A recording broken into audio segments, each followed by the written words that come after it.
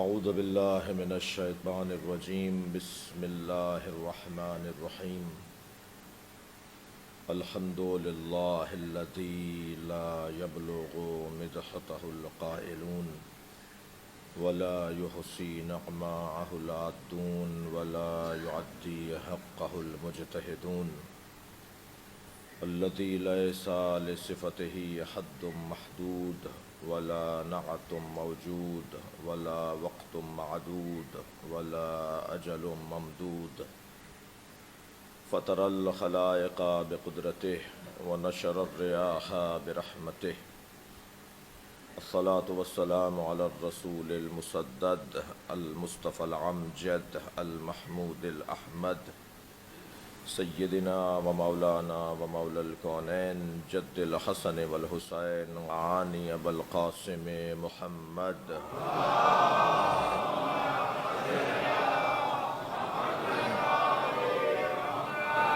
وآلہ الطیبین الطاہرین المعصومین الذین قال اللہ انما یرید اللہ لیذہب عنکم الرجس اہل البیت ویطہرکم تطہیرا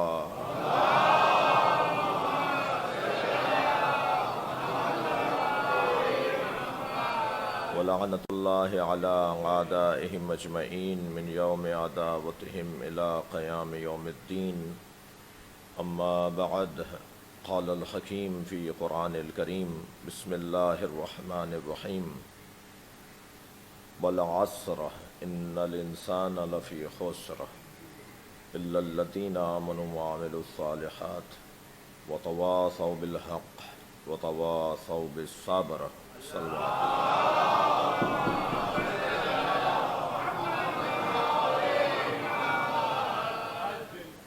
سورہ مبارکہ والعصر قرآن مجید کا ایک مختصر اور مکمل سورہ، ایک جامع اور وسیع سورہ، پورے قرآن کا خلاصہ سورہ، پورے قرآن کا مفہرس سورہ۔ اگر قرآن کے مندرجات، قرآن کے پیغامات کو ایک نگاہ عجلت سے دیکھا جائے کہ قرآن میں ہے کیا، تو سورہ مبارکہ والعصر کی تلاوت کر لی جائے۔ ہمیں یہ سعادت نصیب رہی کہ شاید 4 سال سورہ مبارکہ الحمد پہ غور کیا، اور اس اعتراف اور اقرار کے ساتھ کہ حق تو یہ ہے کہ حق ادا نہ ہوا، اور 2 سال سورہ مبارکہ توحید پر غور کیا، اور اس سال ارادہ ہے کہ ہم سورہ مبارکہ والعصر پر غور کریں۔ آغاز ہے سورہ مبارکہ والعصر کی تفسیر۔ یہ بھی ذہن عالی میں ہے کہ یہ مجالس، یہ عزاداری، یہ اجتماعات جہاں ان میں ایک خاص اعجازی جاذبیت ہے، وہاں ان کا حسن یہ بھی ہے کہ یہاں قرآن سے ہٹ کر بات نہیں ہوتی۔ یہ امام حسین علیہ السلام نے ہمیں نظام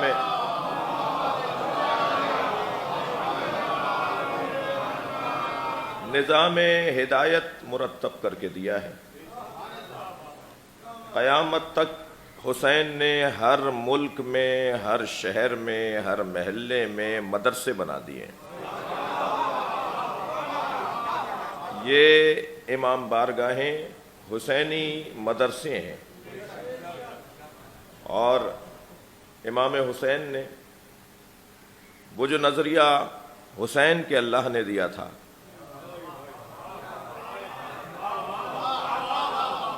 کہ معاشرے میں 2 ہی نظریے پائے جاتے ہیں، صرف پاکستان 2 نظریوں پہ نہیں بنا ہے، بلکہ یہ پوری کائنات اللہ نے 2 نظریوں پر بنائی ہے۔ ایک نظریے کو اللہ شجرہ طیبہ کہتا ہے، اور دوسرے نظریے کو اللہ شجرہ خبیثہ کہتا ہے۔ ایک نظریے کو اللہ آیات محکمات کہہ کر یاد کرتا ہے، اور دوسرے نظریے کو اللہ آیات متشابہات کہہ کر یاد کرتا ہے۔ اگر یہ طویل فہرست مرتب کر لی جائے تو اس کا مقطع بنے گا، ایک کو اللہ حسینیت کہتا ہے اور ایک کو اللہ یزیدیت کہتا ہے۔ اب قیامت تک مسلمانوں میں یہ نہ ڈھونڈا جائے کہ سنی کون ہے اور شیعہ کون ہے، بلکہ مسلمانوں میں دیکھا جائے کہ یزیدی کون ہے اور حسینی کون ہے۔ اس لیے کہ وہ جو فرق اور مذاہب اور مکاتب رائج ہیں وہ فقہی اعتبار سے ہیں۔ فقہ حنفیہ کیا کہتی ہے، اور فقہ مالکیہ کیا کہتی ہے، اور فقہ شافعیہ کیا کہتی ہے، اور فقہ جعفریہ کیا کہتی ہے، یہ فقہی اعتبار سے تقسیمات ہیں۔ اور جو بات ہم کر رہے ہیں وہ فقہی تقسیم نہیں ہے، بلکہ وہ نظریاتی تقسیم ہے۔ لہذا جگر تھام کے سنیے گا کہ ہو سکتا ہے کوئی سنی ہو اور وہ حسینی ہو، اور ہو سکتا ہے کہ بظاہر کوئی شیعہ ہو اور وہ حسینی نہ ہو، یہ ہو سکتا ہے۔ میں اس تفصیل میں جاؤں گا تو خاطر حضرات پر کوئی بال نہ آ جائے۔ ایک صلوات پڑھے محمد وآل محمد۔ جی، بات صرف اتنی ہے کہ یہ نظام ہدایت ہے، اور اس نظام ہدایت کو ہم کبھی امام بارگاہ، کبھی مجلس، کبھی جلوس، کبھی عزاداری، اور مختلف علاقوں میں اس کی تعبیرات مختلف ہیں، مختلف خاندانوں میں اور تہذیبوں میں اس کی عبارتیں مختلف ہیں، مگر مجموعی طور پر ایک ہی بات ہے۔ لہٰذا آپ دیکھ رہے ہیں کہ ایام عزا کی آمد پر دونوں ہی متحرک ہیں۔ وہ بھی متحرک ہیں جو حسین کا دم بھرنا چاہتے ہیں، اور وہ بھی متحرک ہیں کہ جن سے کوئی تعلق یزید کا بنتا ہے۔ لیکن عزیزان گرامی، کسی کو کوئی پریشانی کی ضرورت نہیں، میں حسینیوں سے کہہ رہا ہوں کہ کسی کو کوئی پریشانی کی ضرورت نہیں ہے۔ اس ذکر کے پیچھے جو طاقت ہے وہ اللہ کی ہے۔ آج کی اس مجلس میں مجھے کچھ دیر اسی موضوع پر رکنا ہے، لیکن تمہیدی مجلس ہے اور ابتدائی بیان ہے، اور اپنے مضمون کا بھی مختصر سا ایک تعارف کروانے کی کوشش کروں کہ سورہ مبارکہ والعصر بظاہر تو اس ایک سورہ کے اوپر 1 گھنٹے میں بھی مختصراً گفتگو ہو سکتی ہے، مگر قرآن ہے، اور کل کی ہم نے چاند رات کی مجلس میں عرض کیا تھا کہ قرآن کی ایک ایک آیت پر غور کرنا اللہ کے کلام کا حق ہے۔ جلدی سے گزر جانا، سرسری نگاہوں سے دیکھنا اور اسے اپنے وجود کا حصہ نہ بنانا، اپنی روح کا حصہ نہ بنانا، یہ حق نہیں ہے اس کلام کا۔ اصحاب رضوان اللہ تعالی علیہم نبی مکرم سے 10 آیتیں لیتے تھے، اور جب تک ان 10 آیتوں پر عمل نہیں کر لیتے تھے مزید 10 آیتیں نہیں لیتے تھے۔ لہٰذا اس 10 آیتوں کے لینے کے عمل میں بعض اصحاب تو ایسی بھی رہے جنہوں نے زندگی بھر صرف 10 آیتوں پر ہی عمل کیا۔ خاص طور پر ایک حسین روایت میں نے دیکھی کہ مولا امیر المومنین علی بن ابی طالب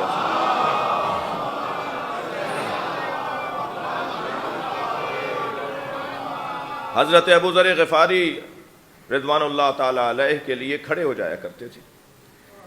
تو ایک محترم صحابی نے پوچھا کہ یا علی، آپ ابو ذر کا احترام معمول سے ہٹ کر کرتے ہیں؟ تو فرمایا ابو ذر 10 آیتوں کے فقیہ ہیں، اگر قرآن کی 10 آیتوں کا کوئی فقیہ ہو جائے تو وہ ابو ذر غفاری بنتا ہے، اور جو مجسم قرآن ہو اسے علی کہا جاتا ہے۔ صلوات پڑھیں محمد وآل محمد۔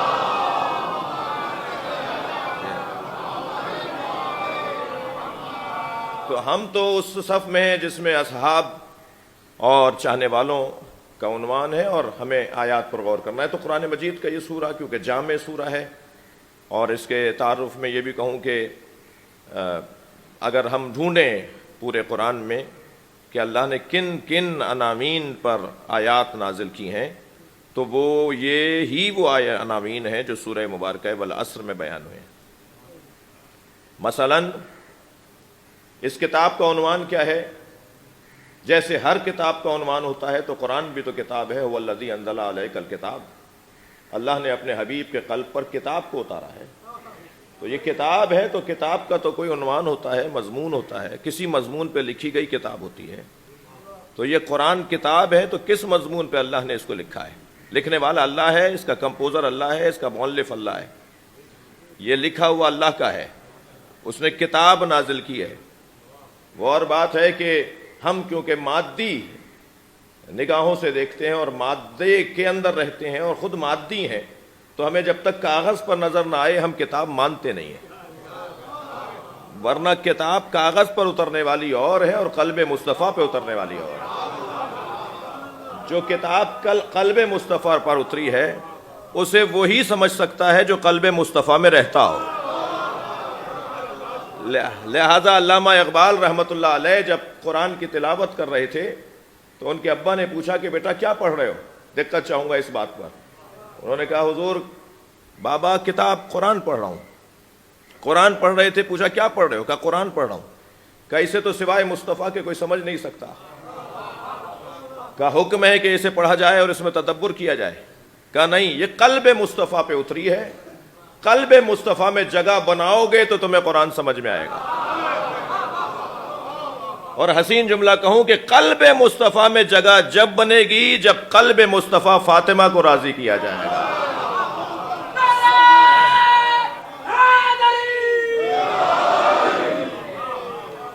تو قرآن، ہم کیونکہ مادی دنیا کے لوگ ہیں، ہم تو مادیت کو دیکھتے ہیں اور ہماری نگاہیں تو اس دیوار کے اس پار نہیں جاتی، مثلا اس حجاب کے اس پار نہیں جاتی، لہٰذا ہم مادیت کو دیکھ کر مطمئن ہو جاتے ہیں اور صفوں کو اور کاغذ کو دیکھ کر۔ ایک جملہ ایک بزرگ سے میں نے لیا، وہ آپ کو دے دیتا ہوں، اور وہ یہ کہ اللہ جب اپنا علم کاغذ پر اتارتا ہے تو اسے قرآن نام دیتا ہے، اور جب پیکر میں ڈھالتا ہے تو اسے مصطفیٰ نام دیتا ہے۔ یہ مکمل وجود سرکار دو جہاں علم الہی کا مرقع اور مسجع ہے۔ اگر ہمیں دیکھنا ہے کہ اللہ کا علم کیا ہے تو کبھی آنکھوں سے جھلکے گا سرکار کی، کبھی زبان مبارک سے نکلے گا اللہ کا علم نبی مکرم کی، اور کبھی اللہ کا علم نبی کے کانوں سے سنائی دے گا، اذن اللہ جسے قرار دیا ہو۔ تو یہ اس میں کتاب ہے تو کس عنوان سے لکھی گئی ہے؟ قرآن کا عنوان انسان ہے۔ یہ قرآن انسان کے عنوان پر لکھی گئی کتاب ہے، اس کا مکمل مضمون انسان ہے۔ اور کوئی شخص مثلا ماہر قانون اگر ساری زندگی اس نے قانون سے اس کا سروکار رہا ہو اور وہ اپنی زندگی کے اختتام پر قانون سے متعلق کوئی کتاب لکھ جائے تو حق ہے کہ وہ کتاب لکھے۔ ساری زندگی جس نے مثال کے طور پر معاشیات پڑھائی ہو اور وہ جاتے وقت ایک علم معاشیات پر کتاب لکھ جائے تو اس کا حق ہے کہ وہ یہ کام کرے، اور اس کے قلم میں اتنا ہی دم ہوگا جتنا اس کی ریاضت ہوگی۔ اللہ نے انسان کے موضوع پر کتاب اس لیے لکھی ہے کہ اس نے بنایا تو بہت کچھ، بلکہ کہہ دوں کہ سب کچھ بنایا، مگر کسی کے بنانے پر بھی اپنے آپ کو مبارکباد نہیں دی۔ صرف انسان ہے جسے بنا کے کہا تبارک اللہ احسن الخالقین، مبارک ہو تجھے، تو نے بہترین مخلوق بنا دی اور سب سے اچھا خالق ہو گیا۔ تو سب سے اچھی مخلوق اگر اللہ نے بنائی ہے تو وہ انسان بنائی ہے، جسے بنانے کے بعد خود اپنے آپ کو مبارکباد دے رہا ہے۔ اور یہ بظاہر 6 فٹ کا انسان ہے مگر اس کے اندر کائنات کو سمو دیا ہے۔ تمہیں ہواؤں کا نظام دیکھنا ہے تو اس میں نظام تنفس کو دیکھ لو، اگر تمہیں فصلوں کا نظام دیکھنا ہے تو اس میں بالوں کے اگنے کو وجب وجب پر مختلف دیکھ لو، اگر تمہیں چاند ستاروں اور سورج کا نظام دیکھنا ہے تو آنکھوں کی روشنی دیکھ لو، اگر اس میں پہاڑوں سے دنیا اور زمین کیسے سنبھالی جاتی ہے تو اس میں ہڈیوں کے نظام کو دیکھ لو۔ اللہ اکبر! اللہ نے کون سی چیز ہے جو کائنات میں ہو اور انسان میں نہ رکھی ہو؟ اور انسان میں سارا زور اور سارا کائنات کا دم رکھنے کے بعد کہا کہ میں نے تجھے اپنے لیے بنایا ہے۔ اس کا مقصد حیات بھی بیان کر دیا۔ لہذا بات ہو تو اس موضوع پر ہو کہ انسانیت کیا ہے اور انسان کے حقوق کیا ہیں اور انسان کیا ہے، اور شاید سب سے زیادہ مشکل مضمون بھی یہی ہے کہ انسان کو انسان پہچانے، اس لیے کہ انسان کو انسان نہیں پہچان رہا جب وہ اپنے آپ کو ہی نہ پہچانتا ہو۔ یعنی میں آپ پر تبصرہ کروں اور اپنے آپ کو نہ جانتا ہوں تو یہ جھوٹا تبصرہ ہے۔ جی، اس موضوع پر بات ہو، یہ قرآن کا سورہ اس موضوع کو بیان کر رہا ہے۔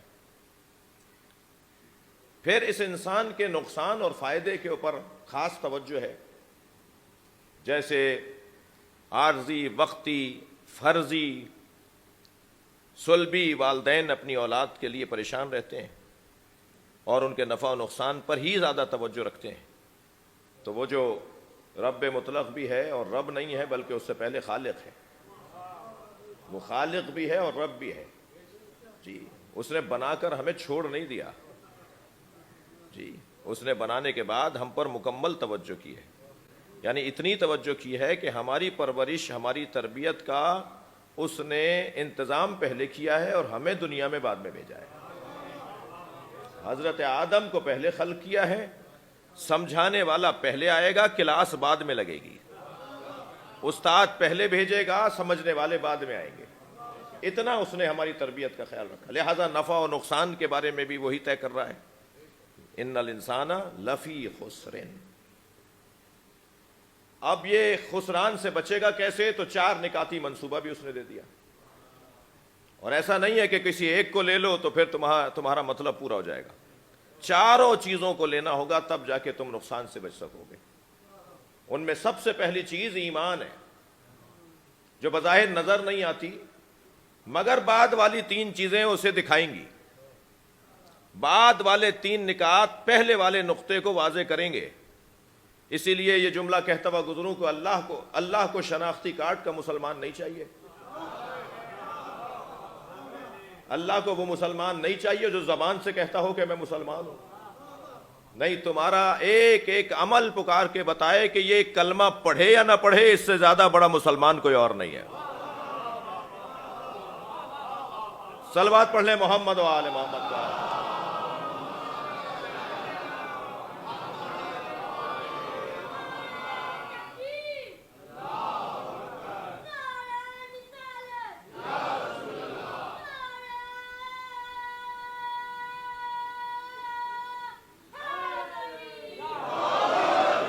صلوات ہدیہ کریں گے محمد و آل محمد۔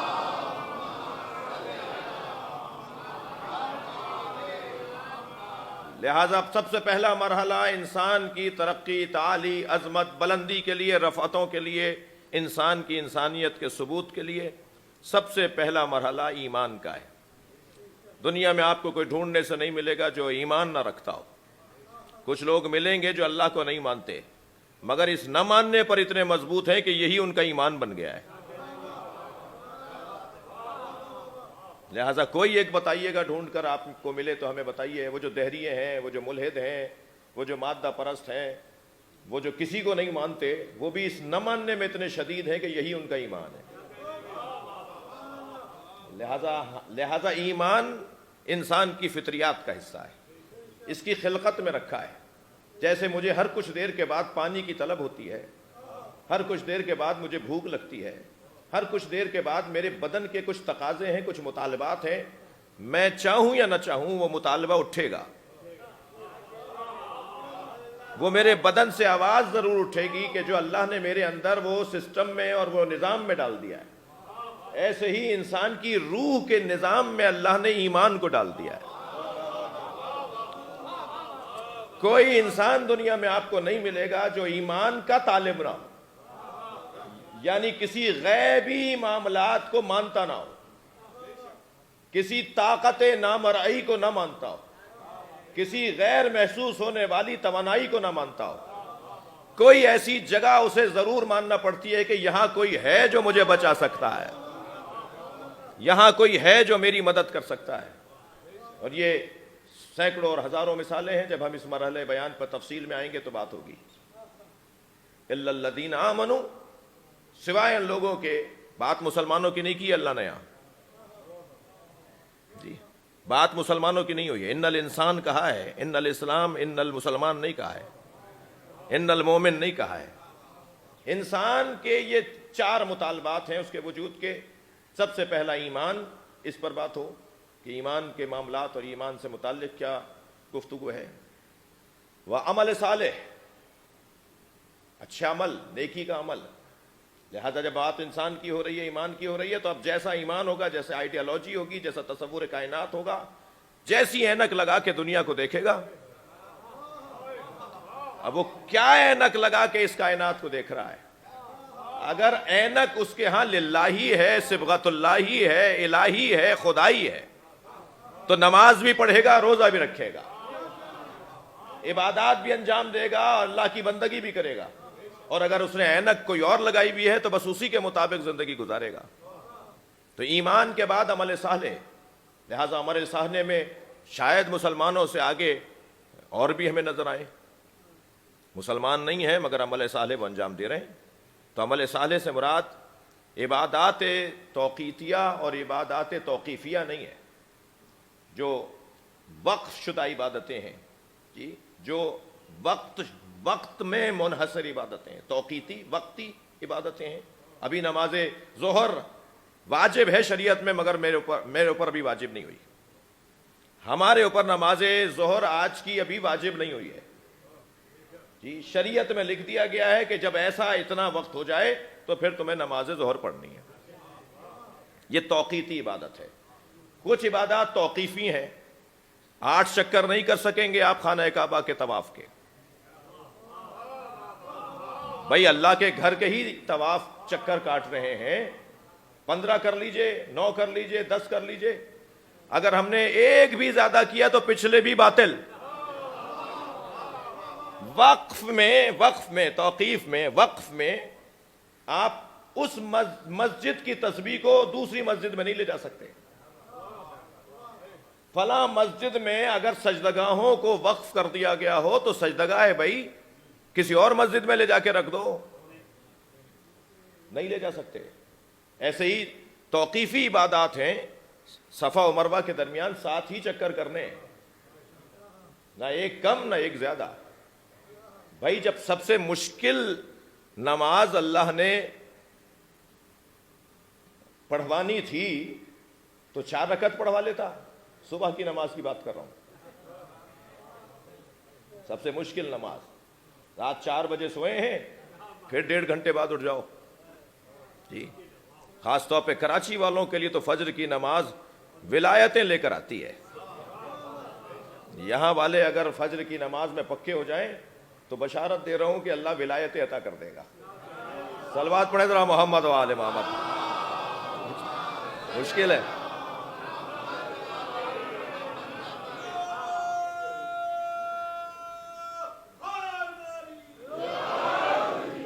توجہ کر رہے ہیں آپ حضرات؟ جب اتنی مشکل نماز اٹھائی دیا تو اب 4 رکعت پڑھوا دیتا، لیکن نہیں کہا سب سے کم رکعتوں والی نماز سب سے مشکل وقت میں۔ اس نے ہمیں رکعتوں کے لیے نہیں اٹھایا ہے، اس نے ہمیں اس لیے اٹھایا ہے کہ میں یاد بھی ہوں۔ صلوات پڑھیں محمد و آل محمد پر۔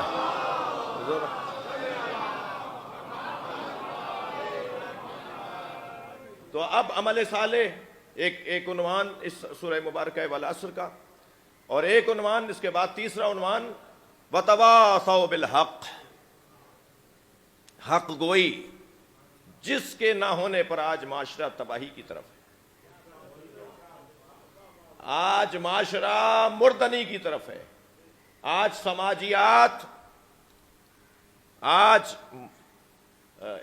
انسانی معاشرہ جس مشکل کا سامنا کر رہا ہے، اس میں سب سے بڑا جو سبب ہے وہ ایک دوسرے سے سچا نہ ہونا ہے، ایک دوسرے سے سچے نہیں ہیں، اور یہ سمجھ رہے ہیں کہ میں اس کو اگر سچ بول دوں گا تو میرا نقصان ہو جائے گا، جبکہ شاید چند لمحوں کا نقصان ہوتا ہو کہ سامنے والے کا چہرہ زرد پڑ جاتا ہو اور غصے میں کچھ کہہ بھی دیتا ہو، اور شاید یہ کہہ کر چلا جائے کہ آئندہ تمہارا میرا کوئی تعلق ہی نہیں ہے، تمہارا میرا آئندہ کوئی واسطہ نہیں، میں نے تم سے مرنا جینا اٹھا لیا۔ لیکن آپ یقین جانیے وہی شخص جب رات کو بستر پہ لیٹتا ہے تو سب سے زیادہ پیارا اسے وہی لگتا ہے جس نے سچ بولا ہوتا ہے، جس نے حق بات کی ہوتی ہے، جس نے سچ بولا ہوتا ہے، جس نے ہمدردی کی ہوتی ہے، جس نے عیب بتائے ہوتے ہیں، جس نے کمزوریوں کی طرف متوجہ کیا ہوتا ہے، سب سے زیادہ اچھا انسان کو وہی لگتا ہے، مگر کچھ دیر کے بعد، اس لیے کہ انسان بہت ہی مشکل کیفیت میں ہے، اسے فوراً تسلیم کر لینا اس کے لیے بہت مشکل ہے، اور اگر آپ آمادہ ہیں تو یہی جملہ کہہ دوں، یہ فوراً تسلیم نہیں کرتا، تبھی تو ہر سال ہم مجلس کرتے ہیں۔ صلوات پڑھیں محمد و آل محمد کا، اس سے بہتر اور بلند صلوات نبی کی ذات پر۔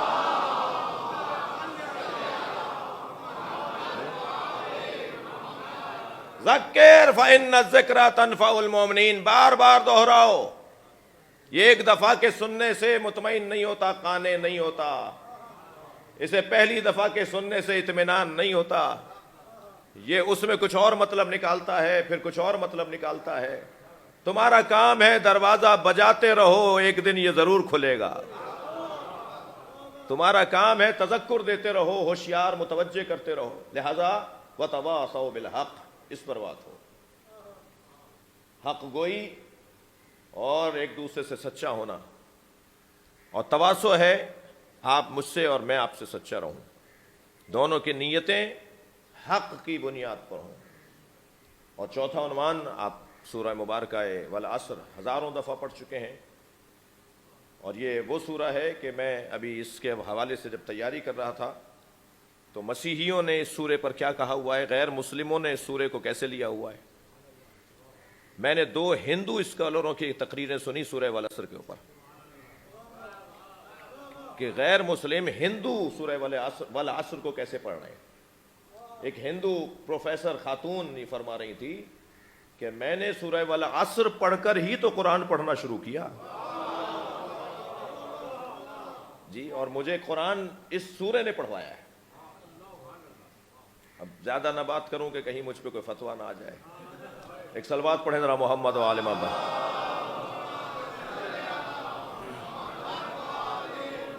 ممکن ہو تو اس سے اچھی صلوات ہدیہ کریں۔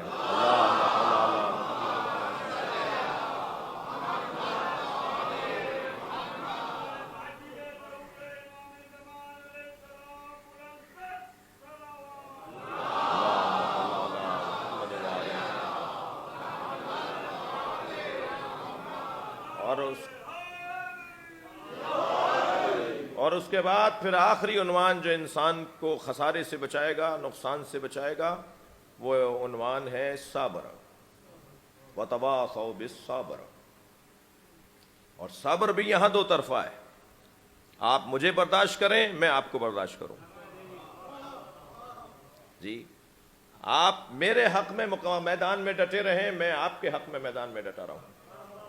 ایک دوسرے کو صبر کی نصیحت کرنے سے مراد زبانی نصیحت نہیں ہے، ہاں وہ بھی ہے، لیکن وہ آسان ترین جلوہ ہے، وہ بہت سہل ترین جلوہ ہے کہ میں آپ کو صبر کی تلقین کروں، آپ مجھے صبر کی، ہم ایک دوسرے کو صبر کی تلقین کریں، یہ آسان ہے۔ لیکن اس سے زیادہ مشکل ہے کہ ہم ایک دوسرے کی خاطر میدان میں رکیں، ایک دوسرے کی خاطر کھڑے ہو جائیں جی، ایک دوسرے سے ہمدردی کریں، ایک دوسرے سے پیار کریں، محبت کریں۔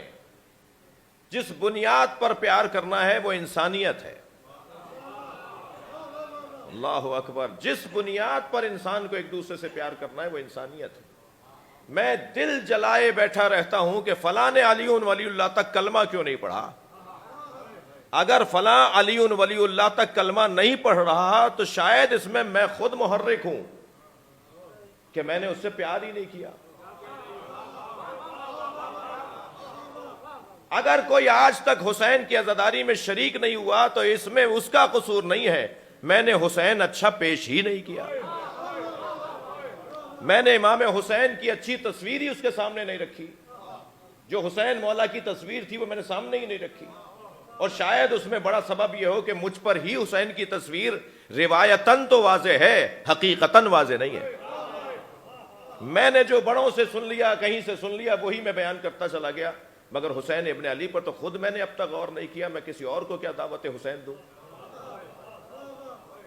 یہ اس صورت میں ممکن ہے جب میں کسی سے پیار کروں گا، ہم کسی سے، میں اپنے اوپر رکھ کر زیادہ بات کر رہا ہوں جن میں کمزوریوں کی پہلو ہیں جی، جب تک ہم کسی سے پیار نہیں کریں گے، محبت نہیں کریں گے، اس کو قریب نہیں لائیں گے، ہم تو مسکرا کے بات کرنے کو سمجھتے ہیں کہ اس پہ کوئی خرچہ ہو جائے گا،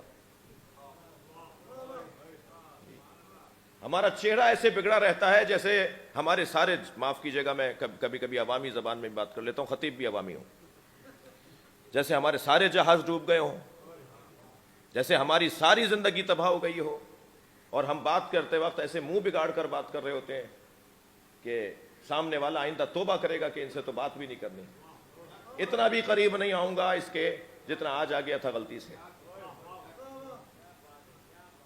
اگر کوئی شخص، میں اپنے بچوں اور جوانوں کو زیادہ نصیحت کروں گا، اگر کوئی شخص آپ کو ایک مرتبہ دیکھے تو اس کا حق ہے کہ آپ بھی اسے ایک مرتبہ دیکھیں، شرعی تقاضوں کا خیال رہے۔ صلوات پڑھیں ذرا محمد و آل محمد۔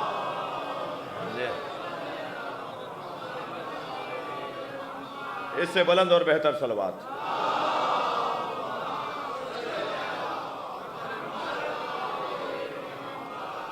مسکرا کے دیکھنے میں، اچھا ہمارے ہاں اتنا زیادہ ہمیں اس ملک کے اندر فرقہ واریت اور تناؤ کھچاؤ اور تعصب کے اندر مبتلا کر دیا کہ ہمارے رویے بدلنا شروع ہو گئے، ہم بہت ساری تنگیوں کا شکار ہیں، مجھے معاف کیجیے گا، بہت ساری گھٹنوں کا شکار ہیں۔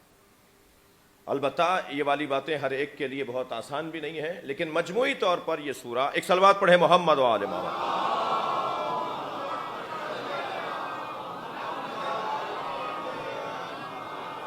مجموعی طور پر یہ سورہ ہمیں انسانیت کا پیغام دیتا ہے اور انسانی تقاضوں کا درس دے رہا ہے، اور شاید یہ بنیادی بات ہے، اگر یہ مسئلہ ہم گزار گئے، اس مسئلے اور اس مرحلے سے ہم نکل گئے تو بعد والے مسئلے نسبتاً آسان ہو جائیں گے، بلکہ اتنے آسان ہو جائیں گے کہ اس پہ ہمیں کچھ کرنے کی ضرورت نہیں پڑے گی، وہ خود بخود سیدھے ہوتے چلے جائیں گے۔ یہ سورہ قرآن مجید کا ایسا سورہ ہے کہ جسے ہمیں، میں یہ بات تکرارن کہہ رہا ہوں کہ اپنے گھروں میں فریم کروا کے بھی لگوانا چاہیے، پورے قرآن کے چھوٹے چھوٹے خانے برکت کے لیے، اور جن بھوتوں کو دور کرنے کے لیے، اور تعویذ اور ٹونوں سے بچنے کے لیے بہت سے لوگوں نے پورا فریم لگوایا ہوا ہے، چھوٹے چھوٹے خانے بنے میں، بچوں کو بھی نہیں پتا ہوتا یہ کیا ہے، جی آپ سب، کسی کو پتہ بھی نہیں ہوتا یہ کیا لگا ہوا ہے، وہ مگر ابا کو پتا ہے کہ یہ ہم نے یہاں سے جین بھگانے کے لیے لگایا ہے۔ وہ قرآن پورا ایک لمبے سے، ایک بڑے سے فریم میں ملتا ہے، وہ اردو بازار میں لوگ لا کے اس کو لگواتے ہیں گھر میں، تو اس پتہ بھی نہیں ہوتا کہ کیا لگوا، لیکن وہ سورے لکھوائے جائیں، وہ آیتیں لکھوائی جائیں کہ جسے آتے جاتے ہم دیکھیں تو ہماری روح پر اس کا اثر ہو، ہمارے احساسات، جذبات، ہمارے رویوں پر اس کا اثر ہو، ہمارے طور طریقوں پر اس سے فرق پڑنا شروع ہو جائے، اور آتے جاتے قرآن ہم سے بات کر رہا ہو، ہمیں سمجھا رہا ہو۔ اگر آپ اللہم صلی علی محمد و آل محمد یہ درود جو ہے وہ تغرا بنوا کر، فریم کروا کے اپنے ڈرائنگ روم میں لگا دیں گے تو نہ چاہتے ہوئے فریم ہم سے صلوات پڑھوائے گا۔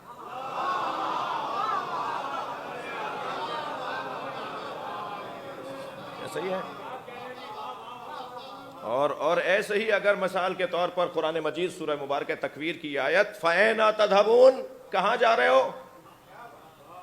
جی قرآن پکار کے پوچھ رہا ہے کہاں جا رہے ہو؟ خاص طور پر ہماری مسجدوں میں تو ضرور لگوا دیا جائے کہ جب ہندوستانی فیملیوں میں، خاندانوں میں سویم و چہلم کی مجلس مغرب سے پہلے ہی ہونی ہے، فاتحہ مغرب سے پہلے ہونی ہے، جیسے مغرب پر رحمت کے دروازے بند ہو جاتے ہوں، اور پھر مغرب سے پہلے فاتحہ کی اس رسم نے ماضی میں کیوں رکھی گئی تھی، یہ رسم، اس پہ تبصرہ لیتا ہو، کوئی پیچھے ضرور اس کے پس منظر ہوگا، لیکن مغرب سے پہلے فاتحہ پڑھوانے کے اس عمل نے نماز جماعت چھڑوا دی. سارے نمازی مسجد میں داخل ہو رہے ہیں اور مرحوم کے رشتہ دار مرحوم کے گھر جا رہے ہیں, اور دنیا دیکھ رہی ہے کہ شیعہ مسجد چھوڑ کے جا رہے ہیں اذان سننے کے بعد. جی, اذان پر سب مسجد میں آ رہے ہیں اور ایک طبقہ باہر نکل رہا ہے اور بار بار اعلان ہو رہا ہے ذرا گھر پہنچیے فاتحہ ہونی ہے. میں سمجھتا ہوں ساری مجلس آپ نے ضائع کر دی, ساری عبادت شاید آپ نے ضائع کر دی, میں نے ضائع کر دی. اپنے مرحوم سے کوئی اس کے آگے سے تو ان کی آنکھوں کے آگے سے تو حجاب ہٹ گئے نا, انہیں تو پتا ہے کہ کیا ہو رہا ہے. اگر ان کی آواز میں سن رہا ہوتا اور ان کی پکار میں سن رہا ہوتا تو وہ شاید پکار کے کہہ رہے ہوتے کہ مجھے تم نے جو بھیجا تھا یہ واپس جا رہا ہے تمہارے اس عمل سے. کیا لگتا ہے 15 منٹ 20 منٹ کا اور ایک عمل کے جس میں تم نماز کا احترام بھی کر لو. اور عزیزان گرامی, اگر کوئی فلاں مولوی بہانے دیکھیے کیسے کیسے کہ مولانا کے پیچھے میں نماز نہیں پڑھتا, جی تو اللہ نے بھی دل رکھا ہوا ہے ایسے لوگوں کا جو کسی کے پیچھے نماز نہیں پڑھتے. تم اگر کسی کو عادل نہیں مانتے تب بھی یہ اجازت نہیں ہے کہ علیحدہ کھڑے ہو کے نماز پڑھو. تم صف میں کھڑے ہوگے, نیت فرادہ کرو گے, خبردار اجتماعیت بگاڑنے کی تمہیں اجازت نہیں ہے. صلوات پڑھیں محمد و آل محمد.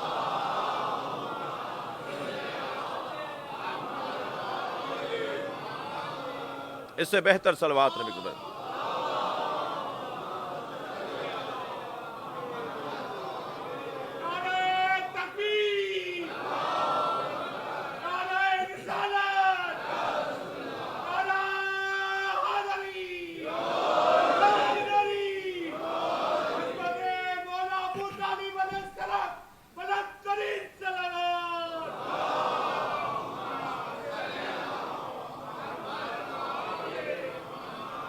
اس سے بہتر صلوات نہیں.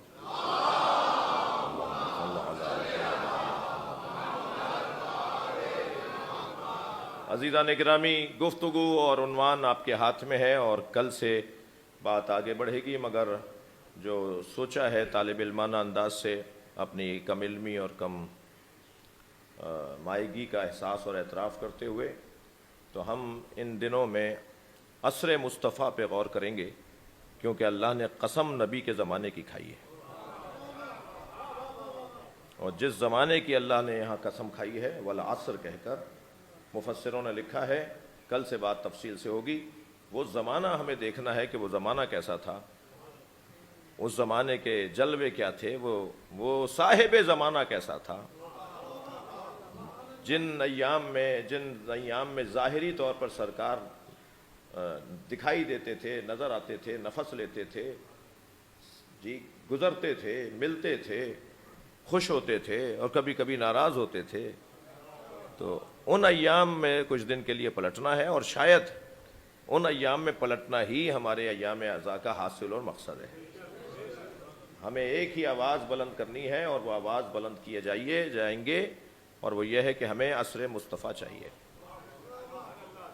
جب ہم مجلس میں آ کے بیٹھتے ہیں تو ہم اتنی دیر کے لیے عصر مصطفیٰ میں چلے جاتے ہیں. تو عصر مصطفیٰ کے جلووں پر غور کرنے کی کوشش کریں گے, اگرچہ دعویٰ نہیں ہے, مولا سے مدد اور آپ سے دعا چاہیے کہ کسی طرح جو سوچا ہے, جو چاہا ہے, کیونکہ ہم سوچتے کچھ ہیں اور ہوتا کچھ اور ہے, اور توفیقات کے علاوہ اور حمایت خدا رسول اور اہل بیت کی حمایت اور مدد کے علاوہ کوئی کام ممکن نہیں ہے. تو غور اس بات پر ہو کہ والعصر قسم ہے عصر مصطفیٰ کی. اب عصر مصطفیٰ میں کچھ دن رہیں گے تو شاید بعد والے مرحلے بھی آسان ہو جائیں. ایک صلوات پڑھ لیں محمد و آل محمد.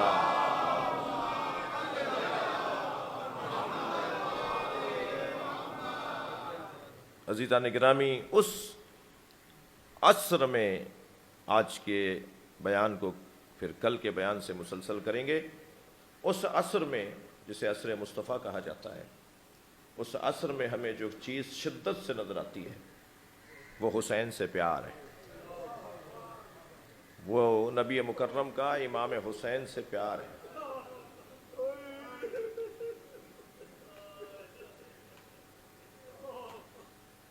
نواسے تو میرے مولا نبی کے دو ہیں,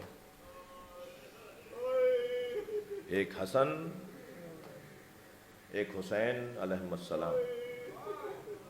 البتہ ایام عزا کا آغاز ہے اور آپ کی آنکھوں میں آنسو اتر آئے ہیں، تو نبی کی ایک نواسی بھی ہے جس سے نبی کا پیار حسن و حسین سے کم نہیں ہے، وہ زینب کبریٰ سلام اللہ علیہا، جن کے چہرے میں نبی کو خدیجہ نظر آتی تھی۔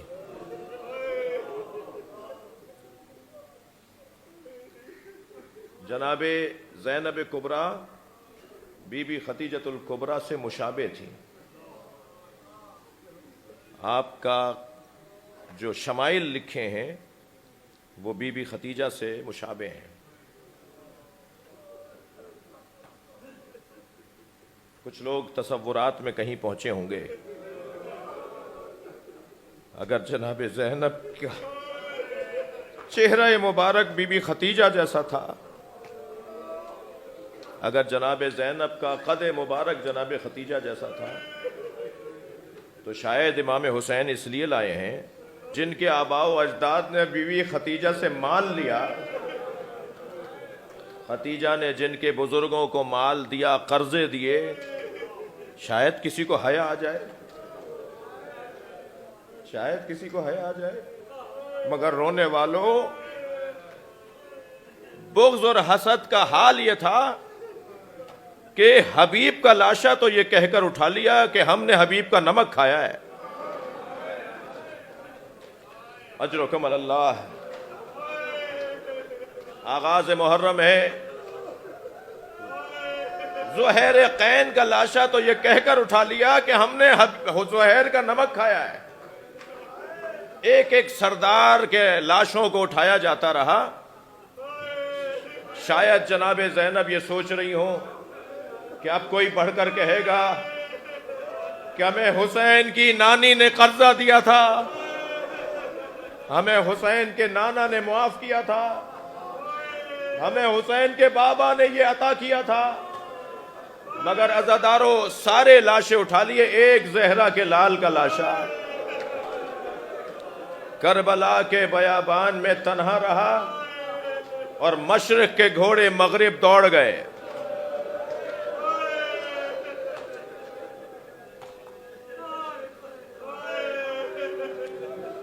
جتنی آسانی سے مجھ سے یہ جملہ ادا ہو گیا کہ مشرق کے گھوڑے مغرب دوڑ گئے، ایک ایک گھوڑے کے سم پر زینب سے کوئی پوچھے کیا گزر رہی تھی علی کی بیٹی پر؟ اجرکم اللہ، اجرکم اللہ۔ اللہ آپ کو کسی غم میں نہ رلائے، سوائے غم اہل بیت میں، ہمیں رونے اور رلانے والوں میں قرار دے۔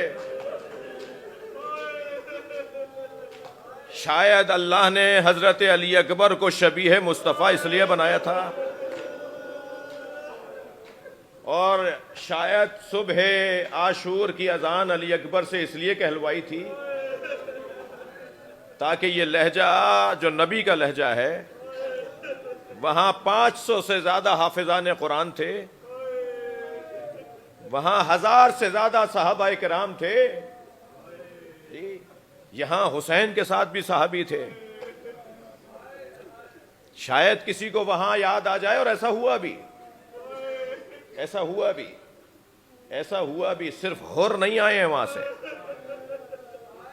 جی جی، کربلا کا مطالعہ، صرف اس لشکر سے حسین مولا کی طرف حضرت ہور نہیں آئے، ہور کا بیٹا، ہور کا غلام بھی آیا، اور 32 اور لوگ بھی آئے۔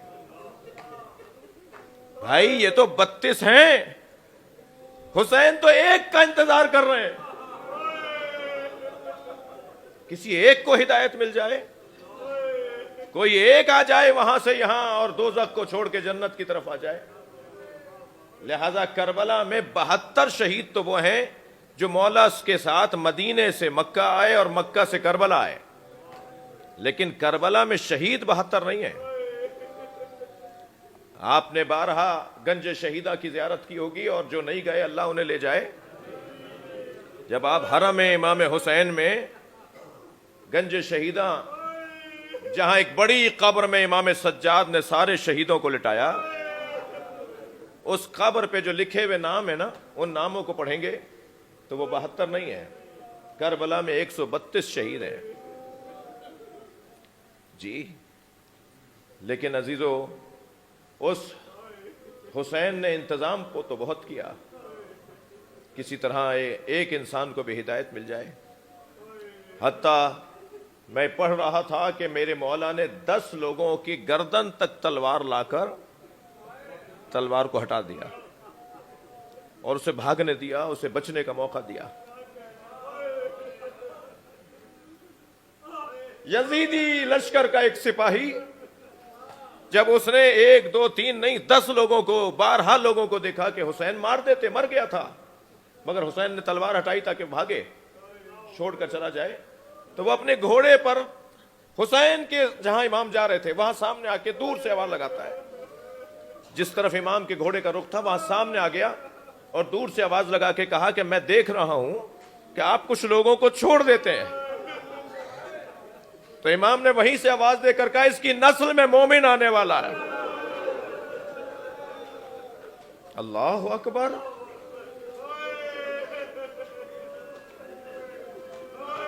حسین چاہتے ہیں کوئی ایک ہدایت پا جائے۔ میں کہتا ہوں اس وقت پوری دنیا میں مجالس ہو رہی ہیں، ان مجالس کے نتیجے میں اگر ہر مجلس میں کسی ایک کا معاملہ بھی ٹھیک ہو جائے، کسی ایک کا رویہ بھی بہتر ہو جائے، کوئی ایک بھی بہتر انسان ہو جائے، تو حسین مولا کی آرزو پوری ہو جائے گی۔ عزادارو، آج پہلی محرم ہے، چلیے مدینے میں قافلہ تیار ہو رہا ہے، جو رونے آئے ہیں وہ اپنی آوازوں کو آزاد کریں گے۔ جب آپ مجلس میں بلند آواز سے رو رہے ہوتے ہیں تو آپ کی یہ عاجزی اہل بیت کو اچھی لگتی ہے، آپ کا یہ فقر، آپ کی یہ عاجزی، اجرکم اللہ، اجرکم اللہ، خدا کسی کا میں نہ رلائے۔ چلیے مدینہ چلیے، وہاں قافلہ تیار ہو رہا ہے، حسین مولا مدینہ چھوڑ رہے ہیں۔ میرے مولا نے حضرت عباس کو بلا کر کہا عباس قافلہ تیار کرو، محمل آمادہ کرو، اور ایک ایک بی بی کو جا کر ایک فہرست مرتب کی امام حسین نے۔ اگر آپ کے گھر کا بڑا، بچے ذرا زیادہ محسوس کریں گے، آپ کے گھر کا بڑا یہ کہے کہ میں فلاں سفر پہ جا رہا ہوں، میرے ساتھ گھر کے 3 لوگ جائیں گے، اور یہ نہ بتائے کہ وہ 3 لوگ کون ہیں۔ اگر گھر میں 8 بچے ہیں تو 8 منڈلاتے رہتے ہیں، ابا ہمارا نام بھی لکھ کیا۔ امام نے فرمایا کہ جو میرے ساتھ جائے گا میں نے اس کی فہرست مرتب کی ہے، تو سب کو یہ آرزو تھی کہ میں بھی حسین کے ساتھ جاؤں۔ میرے بڑوں نے پڑھا ہے اس لیے پڑھ رہا ہوں، وہ جو ساتھ جانے کی آرزو میں تھے ان میں ایک بیٹی بھی تو ہے۔ اجرکم اللہ، اجرکم اللہ، اجرکم اللہ۔ مولا عباس کو فہرست دی گئی کہ عباس یہ محملوں میں بیٹھیں گے،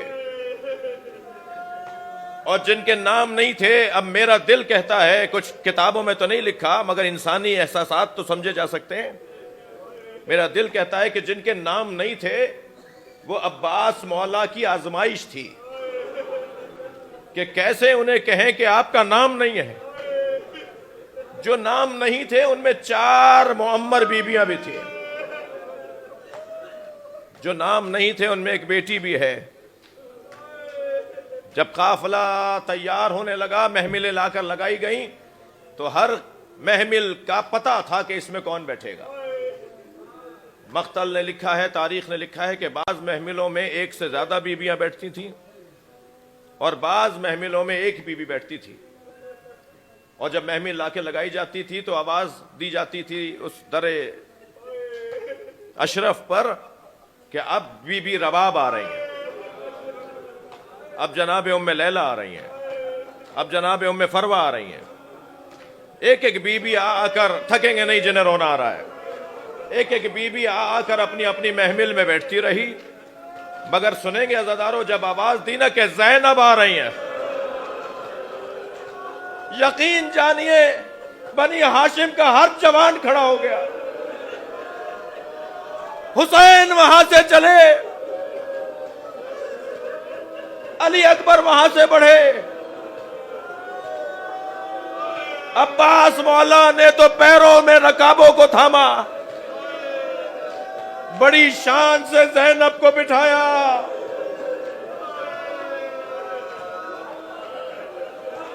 تصور میں ذرا مدینے چلے جائیے، کس شان سے زینب کو سواری میں بٹھایا۔ اب 11 محرم آ جائیے، اپنے تصورات کو 11 محرم میں لے آئیے کہ جب زینب اونٹ پر بٹھائی جا رہی ہے، اللہ آپ کو شام جناب زینب کی زیارت کرنے لے جائے۔ جب آپ بی بی کا زیارت نامہ پڑھیں نا تو پہلے ہی صفحے پہ لکھا ہے سلام ہو اس بی بی پر جو 11 محرم کو جب اونٹ پر بٹھائی جا رہی تھی تو بار بار نہر کی طرف مڑ مڑ کر دیکھ رہی تھی، اور بالآخر ایک جملہ کہہ دیا، عباس اٹھو، الا لعنت اللہ علی قوم الظالمین فسيعلم الذين ظلموا